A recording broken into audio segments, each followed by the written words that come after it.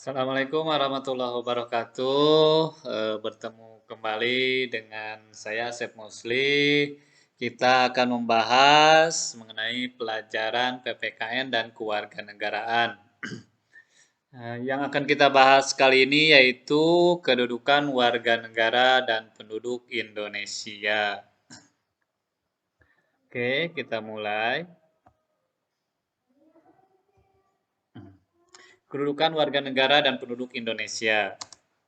Ini adalah kompetensi intinya, tidak perlu kita bahas. Ini adalah kompetensi dasarnya, ya, indikator dan indikator pencapaian kompetensi. Di sini yang akan kita pelajari yaitu menganalisis tentang ketentuan Undang-Undang Dasar Negara Republik Indonesia tahun 1945 yang mengatur tentang wilayah negara, warga negara dan penduduk, agama dan kepercayaan, pertahanan dan keamanan, ya. Nanti terus C5-nya menyimpulkan tentang ketentuan Undang-Undang Dasar Negara Republik Indonesia tahun 1945 yang mengatur tentang wilayah negara, warga negara, penduduk, agama dan kepercayaan. Dan di akhir nanti akan kalian mempresentasikan hasil analisis tentang ketentuan Undang-Undang Dasar Negara Republik Indonesia yang mengatur tentang wilayah, negara, warga negara, penduduk, agama, dan kepercayaan.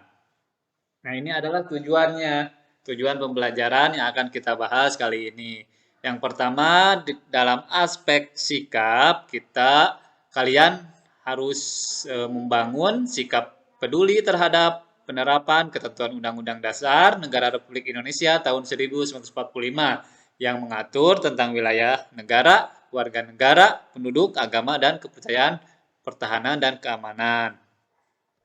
Nanti setelah di dalam aspek pengetahuan, setelah mengamati PPT dan video, peserta didik dapat yang pertama menganalisis ketentuan Undang-Undang Dasar Negara Republik Indonesia tahun 1945 yang mengatur tentang itu tadi, ya, yang wilayah negara, warga negara, penduduk dan sebagainya. Yang kedua, menyimpulkan. Nah, nanti kalian harus menyimpulkan. Aspek keterampilannya, kalian mempresentasikan hasil dari belajar yang akan kita pelajari nanti, ya. Itu adalah tujuan yang harus kalian capai dalam pembelajaran kali ini. Oke. Status warga negara Indonesia. Nah, ini adalah di mana yang akan kita bahas yaitu penduduk dan bukan penduduk. Dan ada juga warga negara dan bukan warga negara. Ini adalah sebuah pelajaran yang menarik ya tentunya. Oke. Nah, ini adalah sebuah video pernikahan beda negara ya. Nah, contohnya negara Turki, PS negara Indonesia. Nah, ini salah satu videonya. Coba nanti kalian lihat di YouTube-nya ada.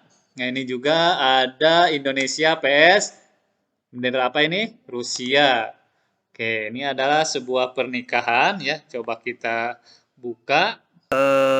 Kalau orang bule itu Mbak, dia nggak memikirkan kayak model lo kerjanya apa segala macam. Kalau di Indonesia kan mungkin kayak kamu ini misalkan kayak gitu kan. Mungkin ada sebagian orang yang berpikiran seperti itu. Nah kalau bule nggak memandang itu ya. Yang penting rasa nyaman, dia lanjut gitu. Gitu nggak sih? Iya, dia tuh merasa nyaman, ya oke gitu. Dia ini ya kenal sama aku tuh dijodohin sama cewek cantik banget. Mm-mm. Mama fine for you nih, white for you, Oh iya. kayak gitu. Tuh nggak sekali dua kali loh mas, Mm-mm. banyak gitu. Kamu mau sama ini nggak? Sampai ada yang orang tuanya kamu dikenalin sama anaknya gitu. Tapi ya dia bilang stop mama, aku punya pacar gitu. Mm-mm. Di mana pacarmu? Di Indonesia. Ciao. Jauh. Jadi kayak you kidding me gitu. Ada Mm-mm. kayak kamu mempermainkan saya atau kamu dia tuh dicariin istri nggak mau, tapi maunya istri yang dari jauh yang belum jelas, yang cuman foto tangannya doang yang dikasih lihat sama mamanya, pisauin ini. Nah, itu adalah pernikahan beda negara ya. Nanti selengkapnya kalian bisa dilihat di YouTube. Nah, ini coba Pernikahan mengejutkan terjadi di Desa Taseagung Rembang, Jawa Tengah, hari Minggu 24 Juli 2022.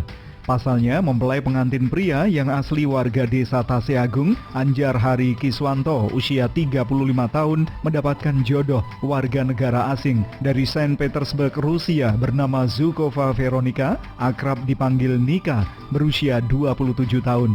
Tamu undangan yang hadir dalam pesta pernikahan tersebut sempat heboh karena merasa penasaran ingin melihat langsung sosok mempelai pengantin perempuan.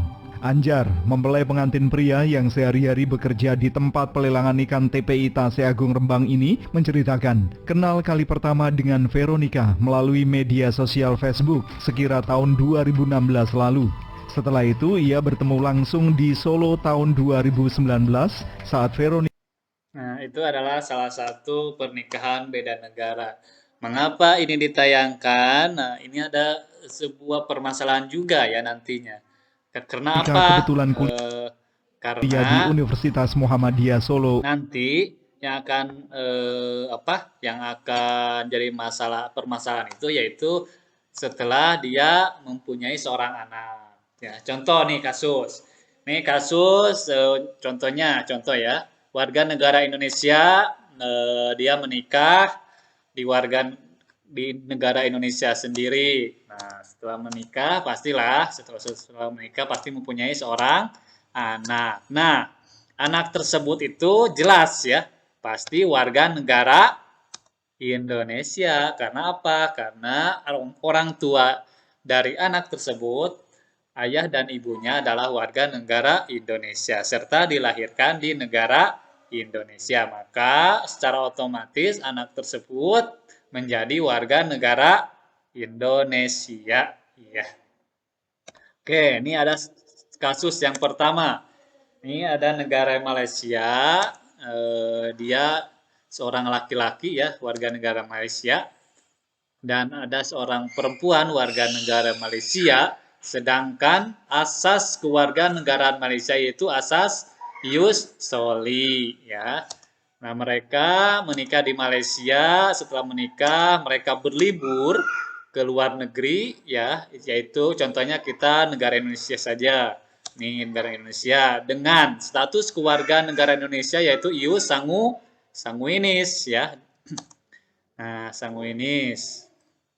Ini setelah dia berlibur dengan sekian waktu misalkan 1 tahun ya, tapi tetap warga negaranya adalah negara Malaysia, tidak mengganti kewarganegaraan. Setelah dia mengandung selama 9 bulan, lahirlah seorang anak. Nah, anak tersebut ini yang akan jadi permasalahan kalian. Ya, coba kalian diskusikan dengan temannya. Warga negara Indonesia apa warga negara Malaysia anak tersebut. Coba kalian diskusikan dengan teman. Ini untuk kasus pertama. Oke, selanjutnya. Untuk kasus kedua, sama ya, negara Malaysia. Contoh kita negara tetangga saja, negara Malaysia. Ini juga dia menikah di Indonesia, di Malaysia dan warga negara Malaysia. Sepasang suami istri dengan asas ius sanguinis, yang tadi ius soli sekarang ius sanguinis. Nah, maka mereka berlibur pula ke negara Indonesia dengan asas di negara Indonesia yaitu ius soli. Maka mereka mengandung pula, melahirkan dengan status kewargaannya tetap negara Malaysia dan melahirkan seorang anak di Indonesia dengan status kewarganegaraan tetap ya. Maka anak tersebut apakah warga negara Indonesia atau negara Malaysia? Diskusikan kembali ya. Yang beda dari tadi yaitu di asas kewarganegaraannya ya. Tadi di Malaysia ius soli, sekarang Indonesia di Malaysia ius sanguinis, sekarang ius soli. Oke. Itu untuk kasus kedua. Untuk kasus ketiga nih. Untuk kasus ketiga, contoh lagi. Ada laki-laki dengan kewarganegaraan Malaysia dan perempuan dengan kewarganegaraan Indonesia. Mereka bertemu ya di negara Indonesia. Anak tersebut bertemu di negara Indonesia. Mereka. Oke, kasus ketiga. Ini ada kasus ketiga. Contohnya ada laki-laki di warga negara Malaysia dan perempuan di warga negara Indonesia. Nah, mereka bertemu ya. Laki-laki ini pergi ke Indonesia, mereka bertemu di Indonesia. Setelah bertemu, mereka jatuh cinta dan menikahlah dengan status kewarganegaraan yang sama. Perempuannya warga negara Indonesia dan laki-lakinya negara Malaysia. Setelah menikah, mereka mempunyai seorang anak. Nah, yang akan jadi permasalahan ini, anak ini apakah warga negara Indonesia atau warga negara Malaysia? Coba kalian diskusikan kembali dengan temannya, ya. Apakah anak tersebut Indonesia apa negara Malaysia? Dengan kata kuncinya yaitu ini ya yang di atas. Negara Malaysia menganut asas ius sanguinis, sedangkan Indonesia menganut asas ius soli. Nah, ini kuncinya dari pertanyaan yang di bawah ini, atau menentukan anak apakah Indonesia atau Malaysia. Oke, sekarang kasus keempat. Nah, ini kasus keempat ini ada seorang perjaka ataupun wanita. Yang pertama laki-laki di negara Malaysia dan perempuan warga negara Indonesia. Sedangkan Malaysia menganut ius sanguinis dan Indonesia menganut asas ius sanguinis pula, ya. Mereka berpergian sebuah negara. Si wanita ini pergi ke Thailand, laki-laki juga pergi ke Thailand, mereka bertemu di Thailand dengan asas kewarganegaraan Thailand itu adalah ius soli, ya, di mana mereka melangsungkan pernikahan.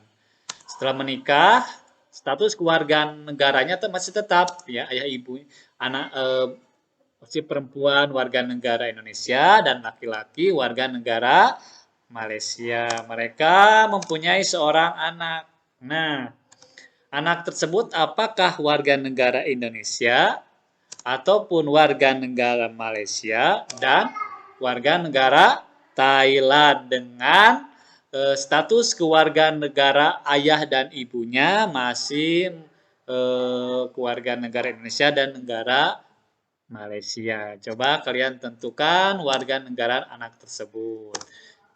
Sekarang kasus kelima. Sama ya.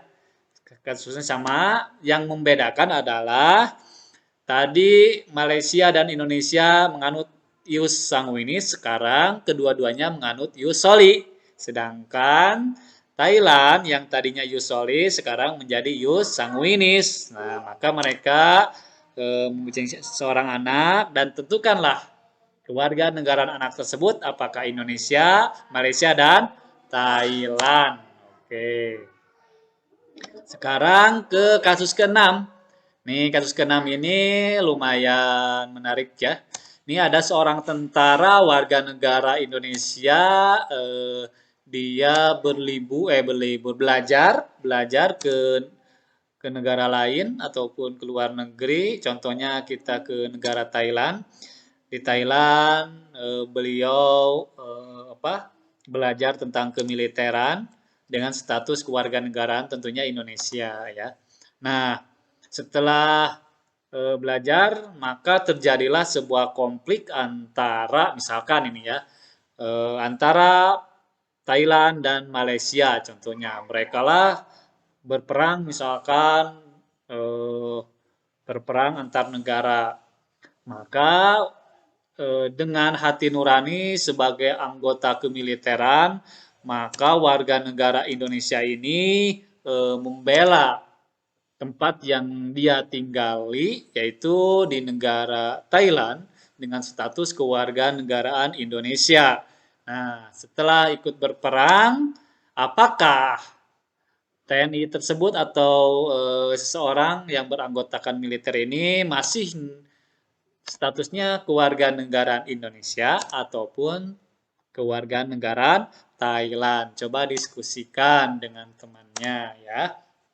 Apakah tentara ini masih kewarganegaranya tetap ataupun berubah? Yang selanjutnya yaitu asas kewarganegaraan Indonesia itu ada 4. Yang pertama ius sanguinis, yaitu kewarganegaraan seseorang ditentukan berdasarkan keturunan. Sedangkan ius soli adalah kewarganegaraan seseorang ditentukan berdasarkan tempat kelahiran. Di Indonesia itu hanya menganut asas kewarganegaraan tunggal, di mana asas ini menentukan satu kewarganegaraan bagi setiap orang. Jadi setelah dewasa di Indonesia tidak boleh ada yang mempunyai kewarganegaraan ganda. Ya. Yang keempat, asas kewarganegaraan ganda terbatas. Nah, asas yang menentukan kewarganegaraan ganda ini bagi anak-anak sesuai dengan ketentuan yang diatur dalam undang-undang. Setelah 17 tahun ke atas di Indonesia itu tidak boleh memiliki kewarganegaraan ganda ya. Maka dia harus menentukan kewarganegaraan sendiri. Nah, status kewarganegaraan. Nah, di status kewarganegaraan ini ada yang disebut dengan apatrid ya, di mana seseorang atau penduduk yang tidak mempunyai kewarganegaraan atau tidak diakui oleh negara manapun. Yang kedua, bipatrid, seorang penduduk yang mempunyai 2 kewarganegaraan sekaligus ya. Yang ketiga, multipatrid, berarti seorang yang mempunyai lebih dari kewarganegaraan sekaligus. Nah, masalah-masalah tertentu bisa diselesaikan dengan hak warga negara. Yang pertama, hak opsi, yaitu hak untuk memilih status kewarganegaraan. Misalkan bipatrid ini ada 2, saya mempunyai 2 kewarganegaraan, maka dia harus menggunakan hak opsi, yaitu memilih ya. Ada pula yang disebut dengan hak repudiasi, dia menolak, berarti ada pemberian kewarganegaraan, maka dia harus menolak salah satu kewarganegaraan tersebut. Nah, ini adalah yang selanjutnya, hilangnya kewarganegaraan Indonesia. Dalam Undang-Undang Nomor 12 Tahun 2006, seseorang atau kelompok orang bisa kehilangan kewarganegaraan Indonesia jika yang pertama, memperoleh kewarganegaraan lain atas kemauannya sendiri. Yang kedua, tidak menolak atau tidak melepaskan kewarganegaraan lain, sedangkan orang yang bersangkutan mendapatkan kesempatan untuk itu. Yang ketiga, dinyatakan hilang kewarganegaraannya oleh presiden atas permohonannya sendiri. Yang bersangkutan sudah berusia 18 tahun atau sudah kawin ya. Terus yang keempat, masuk dalam dinas tentara asing tanpa izin terlebih dahulu dari presiden ya, secara sukarela masuk dalam dinas negara asing, yang jabatan dalam dinas semacam itu di Indonesia sesuai dengan ketentuan peraturan perundang-undangan yang hanya dapat dijabat oleh warga negara Indonesia. Yang kelima, secara sukarela mengangkat sumpah atau menyatakan janji kepada negara asing. Yang keenam, mempunyai paspor atau surat yang bersifatnya paspor dari negara asing atau surat yang dapat diartikan sebagai tanda keluarga negaraan. Yang ketujuh, bertempat tinggal di luar wilayah negara Indonesia selama 5 tahun berturut-turut atau terus-menerus ya. Nah, ini juga akan menghilangkan kewarganegaraan tanpa alasan yang sah dengan sengaja tidak menyatakan keinginannya untuk tetap menjadi warga negara Indonesia sebelum jangka waktu 5 tahun itu berakhir. Setiap 5 tahun berikutnya yang bersangkutan tidak mengajukan atau pernyataan ingin tetap menjadi warga negara Indonesia kepada perwakilan negara Indonesia, wilayah kerjanya meliputi tempat tinggal yang bersangkutan, padahal perwakilan tersebut telah memberitahukan secara tertulis kepada yang bersangkutan sepanjang yang bersangkutan tidak menjadi tanpa kewarganegaraan. Ini adalah undang-undang yang mengatur tentang hilangnya kewarganegaraan Indonesia. Oke, mungkin itu pertemuan kali ini.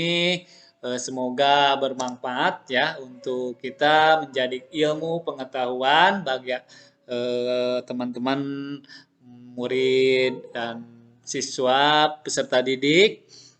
Semoga ini menjadi sebuah ilmu yang akan kalian dapat nanti setelah kalian selesai bersekolah. Terima kasih. Wassalamualaikum warahmatullahi wabarakatuh.